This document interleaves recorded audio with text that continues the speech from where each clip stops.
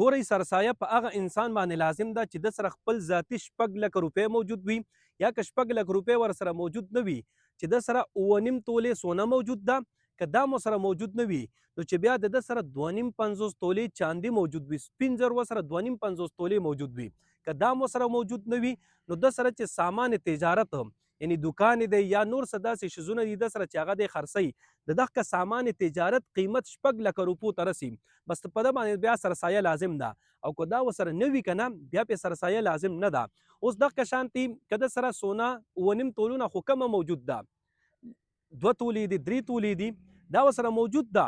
او لږې ډېرې پیسې مو ورسره رالې، نو بیا په داسې حالت کې هم بهتره ده که د حالت لږ ښه وي که نه څه نه څه پیسې الله رب العزت ورکړي وي بیا سرسایه ورکول ډېر بهتر دي د ده لپاره، خو لازم پې بیا نه دي په ده باندې سرسایه. ټیک شو جي. دې نه علاوه که یو سړی دی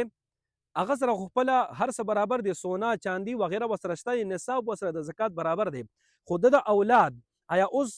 د اولاد سرسایه په ده لازم ده او که نه ده لازم؟ نو د نابالغ اولاد چې دي که نه هغه سرسایه خو په پلار باندې لازم ده، خو چې کوم د بالغ اولاد دي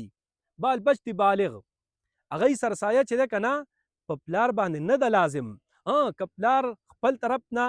د هغوی سرسایه ورکړي بالغ اولاد که نه دا به د دوی د خپل اولاد سره احسان شي، خو لیکن لازم پې نه ده، خو بهتره ده چې ورکړي. عموما په ټولو معاشره کې تقریبا پلاران د خپل بال بچ سرسایه ورکوي، د خپل ښځې سرسایه ورکوي، ډیره بهتره خبره ده که ورکړه سرسایه د دی کیږي، خو لازم پې نه دي. په ښځه باندې خپله سرسایه هم په دې ښځې باندې لازم ده، خو که خاوند د دې سرسایه ورکړه ډیره بهتره خبره ده.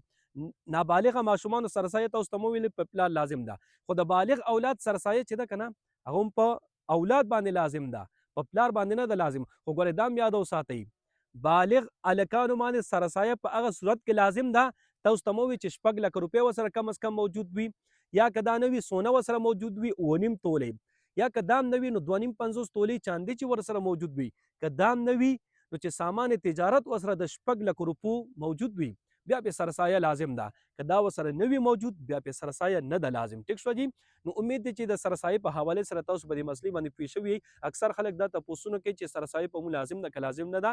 نو تاسو ته ما ټول نصاب بیان کو چې د زکات نصاب چې سره موجود دی په هغې سرسایه لازم ده، چې چا سره د زکات نصاب نشته دی سرسایه هم په هغې باندې نه ده لازم. ټیک شوه. نو امید دی چې په دې باندې تاسو پوه شوي، که بیا هم پکې تاسو ته خبرې څه تپوس وي کمنټ کې رابطه کولی شئ، زه به انشاءالله کوشش وکړم چې تاسو ته جواب درکړم، تاسو پې پوه کړم. خو ټول مسلمانانو ته گزارش دی چې دا ویډیو ډېره ډېره شیر کړئ چې هر مسلمان د دې سرسایې مسایلو نه خپل ځان خبر کړي او تاسو ته دعاګانې کوي. الله رب العزت موږ خوشحاله باد ساتم. دعاګانې کوئ، دعاګانې به کوو.